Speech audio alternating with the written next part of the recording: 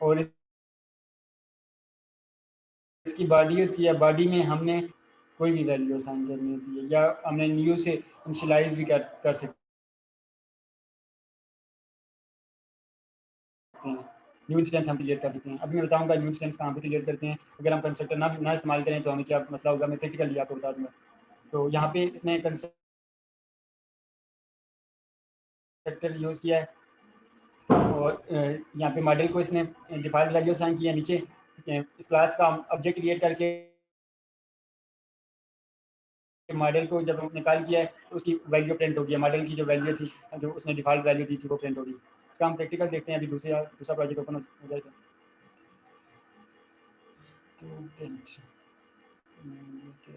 थोड़ा सा हैंग हो गया सिस्टम।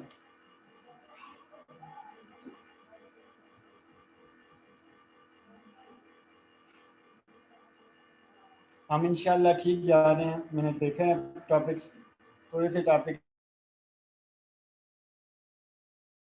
रह गए हैं हम कंसोल प्रोग्रामिंग के, तो उसके बाद इंशाल्लाह हम शिफ्ट हो जाएंगे MVC पे, मॉडल व्यू कंट्रोलर वेबसाइट पे। कुछ चीज़ें आपके सर के ऊपर से भी गुजर रही होंगी, लेकिन अगर गुजरें तो पहली बात यह है कि या तो क्वेश्चन कर लिया करें, या तो फिर उसके बारे में और स्टडी करें। ये चीज़ें मैंने कोशिश की है कि ज़्यादातर चीज़ें वही मैंने यहाँ पे इसमें इंक्लूडेड की हैं, HTML की भी, इसकी भी, जो बार बार इस्तेमाल होती हैं। तो बात चीज़ें हो सकता है अभी आपको क्लियर ना हो रही। हमें तो प्रैक्टिकल लाइफ में जब हम थे तो हमें तो ये बेसिक डेफिनेशन हमें इनहेरिटेंस की, कंस्ट्रक्टर की, ये फलानी डेफिनेशन इस्तेमाल करना हमें आता था, लेकिन डेफिनेशंस का हमें नहीं इतना वो होता था। लेकिन स्टूडेंट लाइफ में ये होता है कि बंदे को बाज़ दफ़ा इस्तेमाल करना तो नहीं आता, लेकिन डेफिनेशंस अच्छी है आती है। तो आपको अभी डेफिनेशंस भी तो आपने ज़ाहिर पढ़ी हुई हैं सही, अभी इस्तेमाल करना भी आपको इंशाल्लाह आ जाएगा। पता नहीं न्यू स्टूडियो क्यों हैंग हो गया है।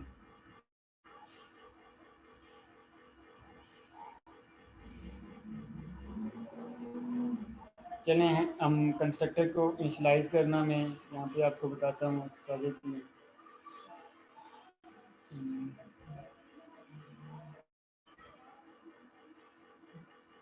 ये प्रोजेक्ट्स की फ़ाइल को देख के आपने परेशान नहीं होना। जब आप बनाएंगे तो इससे बड़े बड़े प्रोजेक्ट्स की फ़ाइल भी आपके पास होंगी।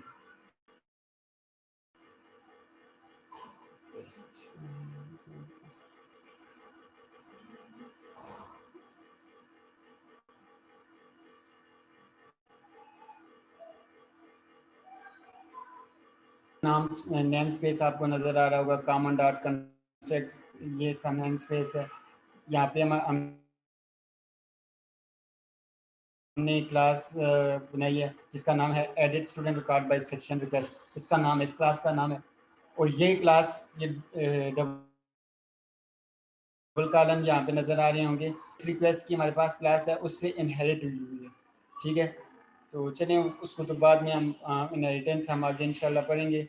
यहाँ पे हमने उसका कंस्ट्रक्टर इस्तेमाल किया। अभी ये देखिए, ये क्लास का नाम है, और ये इस पर मैंने डबल क्लिक किया तो ये भी हाईलाइट हो गया। दिस मीन दैट कि हमारे पास किसी को चैट में मैसेज आएगा कि सर आवाज़ नहीं आ रही आपकी, तो सबको आ रही है, सिर्फ मुझे नहीं आ रही।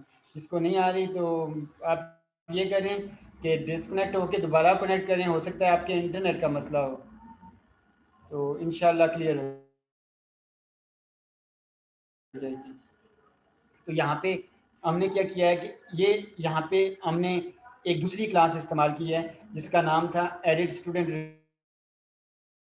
Record by section data. यहाँ पे ये क्लास हमने इस्तेमाल की थी, और इस क्लास की हमने कुछ वैल्यूज़ थी, इसमें कोई लिस्ट वगैरह लिस्ट है या वैल्यूज़ वगैरह हैं। ठीक है, जब भी हम इस्तेमाल करते हैं किसी भी किसी भी क्लास को किसी दूसरी क्लास में जब हम इस्तेमाल करते हैं, तो हम क्या करते हैं, कंस्ट्रक्टर में उसको क्या कर देते हैं, न्यू इंस्टेंस उसका क्रिएट कर देते हैं। उसका फ़ायदा क्या होता है, क्योंकि जब बाद में हम उस क्लास को इस्तेमाल कर रहे होते हैं किसी जगह पे, जब हम यूज़ कर रहे होते हैं, तो हमें और ज़्यादा लिखा हुई है, बहुत कॉम्प्लिकेशन है, कुछ समझ नहीं आ रही है इसमें। अच्छा अच्छा, देखें कि यहाँ पे हमारे पास इसका नाम जो है, इस क्लास का नाम है edit student record by section request, ठीक है। कंस्ट्रक्टर का भी यही नाम है, ये कंस्ट्रक्टर है public edit student record by section request, ये इसका कंस्ट्रक्टर है, ठीक है। और इसमें हमने एक क्लास थी, उसको उसका इंस्टेंस हमने क्रिएट किया है, न्यू इंस्टेंस क्रिएट किया है कंस्ट्रक्टर में। ये क्लास कौन सी थी? Edit student record by section data. कोई और क्लास कर लेते हैं क्योंकि इस क्लास में जो डेटा है वो कुछ, अच्छा ये स्टूडेंट डेटा की क्लास। अभी ये देखें, एडिट स्टूडेंट रिक्वेस्ट की एक हमारे पास क्लास है, वो बेस रिक्वेस्ट से इनहेरिट हुई हुई है, ठीक है। इसका हमने कंस्ट्रक्टर क्रिएट किया है एडिट स्टूडेंट रिक्वेस्ट का कंस्ट्रक्टर क्रिएट किया, ठीक है। इसी क्लास का ये कंस्ट्रक्टर है, ठीक है। हमने ये हमारे पास इसके जो मेंबर्स थे या इसकी जो फील्ड्स थी वो 3 फील्ड्स थी। एक थी आइडेंटिटी आईडी, दूसरी थी ग्रेड आईडी और तीसरा था हमारे पास स्टूडेंट डेटा। स्टूडेंट डेटा यहाँ पे तो ये इंटीजर टाइप की है, इसकी टाइप हमने इंटीजर कर दी है, तो यहाँ पे इसकी टाइप हमने क्लास की है, मीन की ये क्लास है हमारे पास। जब आप आगे इंशाल्लाह वेब में जाएंगे तो आपको पता चल जाएगा कि हम as a class data type को एज अ क्लास भी रख सकते हैं। F12 में प्रेस करता हूँ तो यहाँ पे हमारे पास ये देखिए स्टूडेंट डेटा की हमारे पास क्लास है और इसमें डिफरेंट वैल्यूज हैं, ठीक है। तो बजाय इसके कि हम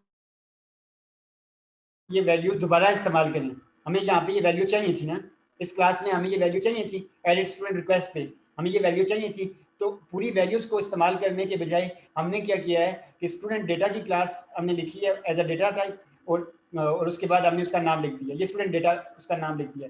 अभी जब हम एडिट स्टूडेंट रिक्वेस्ट को जब हम इस्तेमाल कर रहे होंगे, किसी जगह पे इस्तेमाल कर रहे होंगे, अगर हम कंस्ट्रक्टर में दूसरी फील्ड्स का नहीं मसला होता, जब हम क्लास को किसी जगह पे इस्तेमाल करते हैं या किसी लिस्ट को इस्तेमाल करते हैं तो फिर क्या होता है, हमारे पास ऑब्जेक्ट रेफरेंस नल का हमारे पास एक एरर देता है सी शार्प में, ठीक है। उस एरर को रिमूव करने के लिए, मीन उस एरर वो ना आए, तो फिर हम क्या करते हैं, उसका न्यू इंस्टेंस हम क्रिएट कर देते हैं। तो यहाँ पे हमने क्या किया, दिस मीन के दिस का मतलब होता है कि इसके मेंबर्स, दिस ना भी लिखे तो आ जाता है हमारे पास, मैंने ये लिख दिया है, ये मैंने खत्म कर दिया दिस। तो मैंने क्या लिखा है, student data is equal to new student data, उसका इंस्टेंस न्यू इंस्टेंस मैंने क्रिएट कर दिया। तो ये हमारे पास कंस्ट्रक्टर का बेसिकली, हम आइडेंटिटी आईडी का की जो वेरिएबल है इसको भी हम कोई डिफॉल्ट वैल्यू असाइन कर सकते हैं। इसी तरह ग्रेड आईडी है इसकी, उसको भी हम डिफॉल्ट दिया एडी ग्रेड, मैंने स्पेलिंग मिस्टेक, इसको रीनेम कर लेते हैं,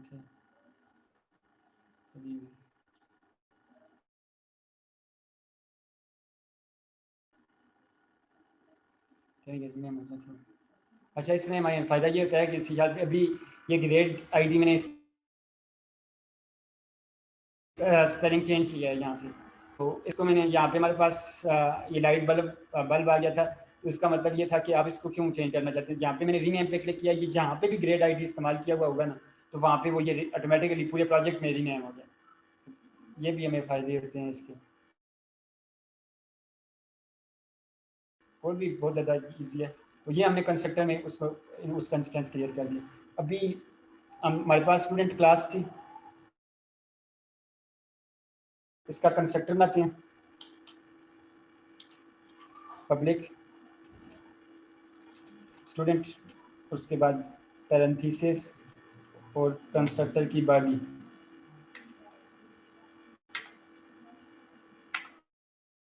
यहाँ पे हमने कोई जो 3 फील्ड्स थी इनको हम वैल्यू असाइन कर देते हैं, this dot roll number is equal to 41,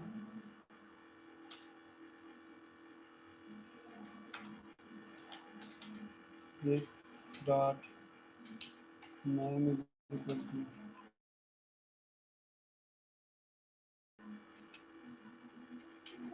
Zishan, this dot age is equal to age जो इंटीजर 45। अभी हमें यहाँ पे वैल्यू, इनकी डिफ़ॉल्ट वैल्यू देने की अभी हमें ज़रूरत नहीं, क्योंकि हमने उसके कंस्ट्रक्टर में इसको कॉल कर दिया, वैल्यू असाइन कर दिया। ठीक है, यहाँ पे हम स्टूडेंट का ऑब्जेक्ट क्रिएट किया, स्टूडेंट 1 स्टूडेंट 2, और यहाँ पे इसको भी मैं ख़त्म कर देता हूँ, इसको भी ख़त्म कर देता हूँ, स्टूडेंट 1।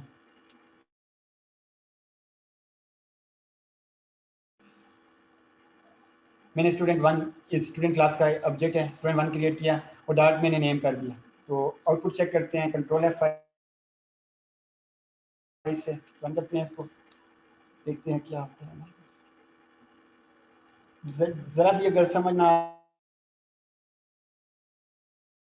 आ रही हो, कुछ मसला हो, तो हम ऑलरेडी हम स्पीड से जा रहे हैं, तो आप दोबारा क्वेश्चन कर सकते हैं। मैंने पहले भी आपको कहा था मेरा कोई टीचिंग का कोई एक्सपीरियंस नहीं है, ना ही अच्छा टीचर हूँ इतना, तो आपको समझ आ, मेरा मकसद बेसिक ये है कि आना आ गया। हालांकि हमने वैसे इस क्लास में हमने कंस्ट्रक्टर में इसको इनिशियलाइज़ कर दिया था, इन वेरिएबल्स को मैंने इनिशियलाइज़ किया है, तो ये उसको हम जब यूज़ करेंगे तो वैल्यू आ जाएगी। ये था कंस्ट्रक्टर का कुछ कंसेप्ट। आपके जहन में ये फॉर एग्जांपल इंटरव्यू वगैरह में पूछते हैं कि कंस्ट्रक्टर का, तो वही डेफिनेशन जो आपने कॉलेज में याद की है कि जब उसका ऑब्जेक्ट हम क्रिएट, तो कहते हैं note that the constructor name must match with the class name. कहते हैं कि जब भी आप कंस्ट्रक्टर का नाम लिखेंगे वो क्लास नेम के साथ मैच होना चाहिए। And it can not have return type like wide. कहते हैं कि इसमें आपने रिटर्न टाइप नहीं लिखनी है। यहाँ पे देखिए मैंने कंस्ट्रक्टर स्टाइल बनाया हुआ है, तो कुछ भी नहीं, जस्ट पब्लिक लिखा है और स्टूडेंट लिखा है, इसकी रिटर्न टाइप से नोट दैट मैसेज है।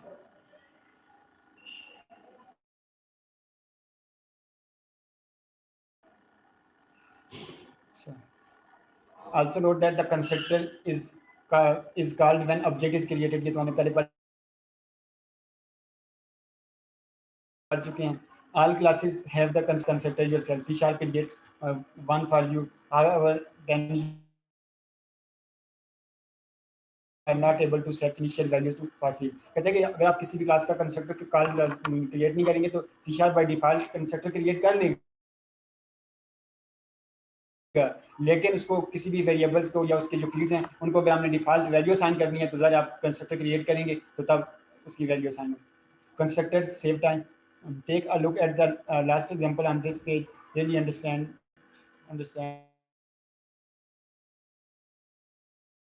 why। कहता है कि हमारे पास कंस्ट्रक्टर का बेसिक काम वैसे क्या होता है कि क्योंकि जो मैंने आपको यहाँ पे एग्जांपल बताई थी कि हमारा टाइम सेव हो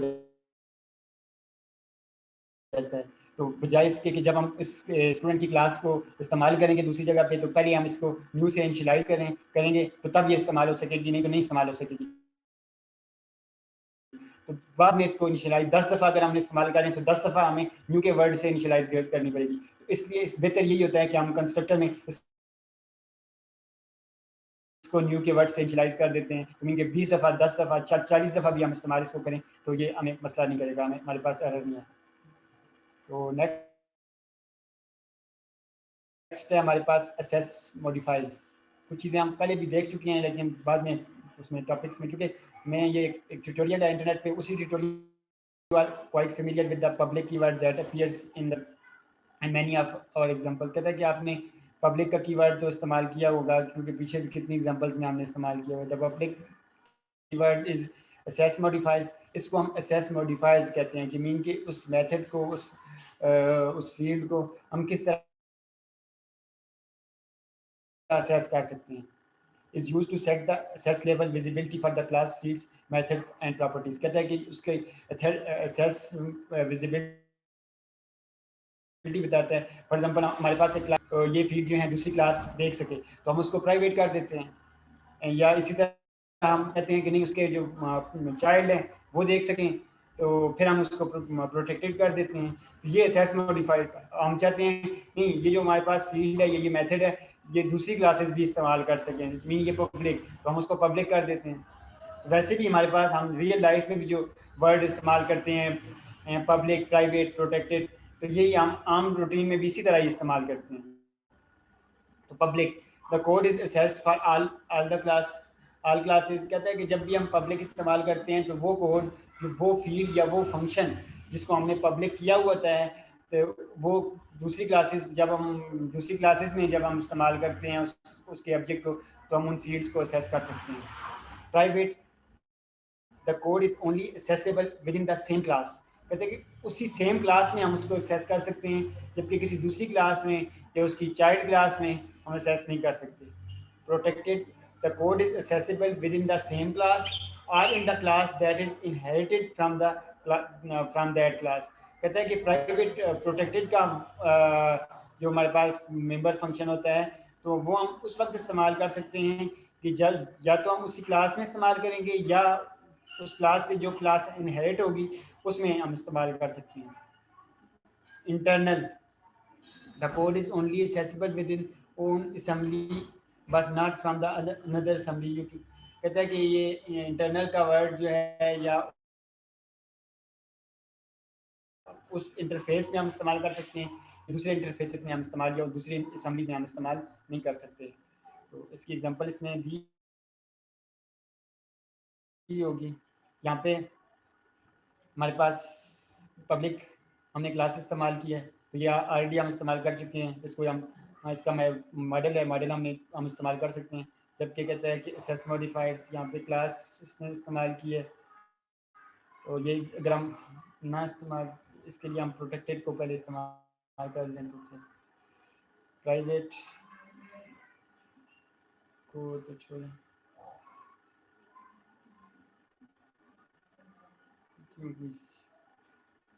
कंस्ट्रक्टर असेस मॉडिफायर्स प्राइवेट.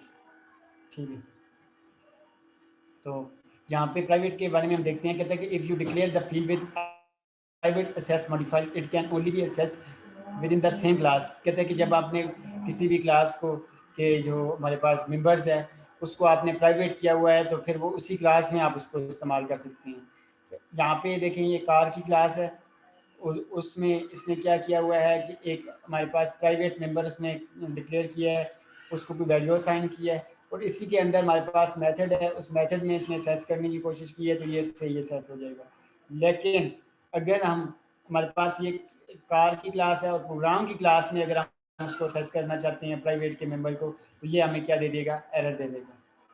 तो अभी हम देख लेते हैं इसको. ये पब्लिक था, और गेट एज का मेथड हम इसको प्राइवेट कर देते हैं. तो देखते हैं, गेट एज को हम असेस कर लेंगे.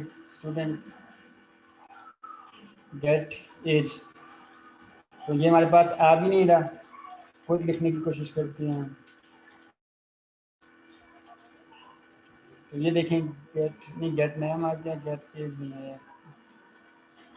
ये देखें, गेट एज का मैंने मेथड यूज़ किया है, लेकिन ये कह रहा है कि student get age is not accessible due to इस प्रोटेक्शन लेवल. कहता है कि ये प्रोटेक्शन लेवल की वजह से हम इसको असेस नहीं कर सकते. इसी को अगर मैं कर देता हूँ, कौन सा हमने प्राइवेट, प्रोटेक्टेड और पब्लिक सर. प्रोटेक्टेड इस्तेमाल करते हैं. पब्लिक तो हमने इस्तेमाल किए हैं ना, वो तो बहुत ज़्यादा इस्तेमाल किए हैं हमने. प्रोटेक्टेड में करता हूँ. प्रोटेक्टेड, अभी प्रोटेक्टेड को इस्तेमाल करने के लिए मुझे एक क्लास क्रिएट करनी पड़ेगी जिसमें मैं इसको असेस कर सकूँ. तो यहाँ पे मैं क्लास रखता हूँ, class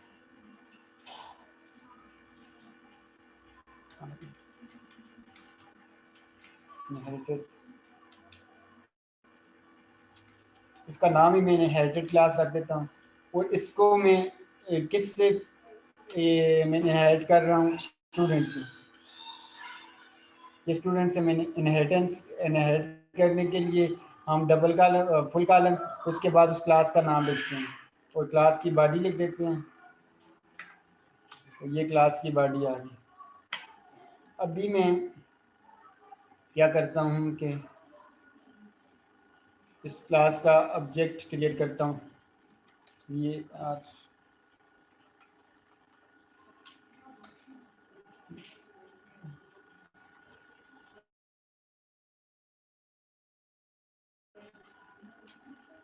student is equal to student student is equal to तो ये मैंने इसका ऑब्जेक्ट क्रिएट कर लिया स्टूडेंट। अभी मैं इसको सर्च करने की कोशिश करता हूँ स्टूडेंट डॉट, तो कौन सा था इसका, किसको हमने रख दिया था प्रोटेक्टेड, गेट एज।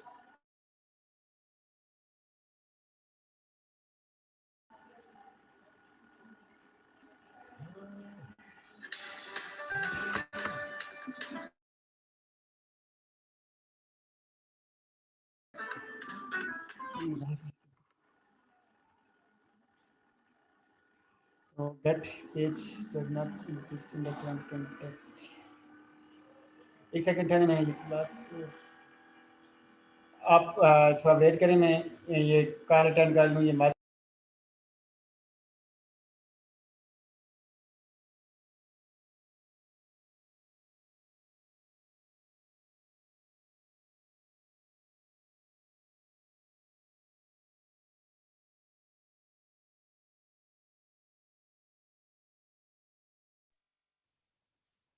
क्यों जी हो स्टॉप?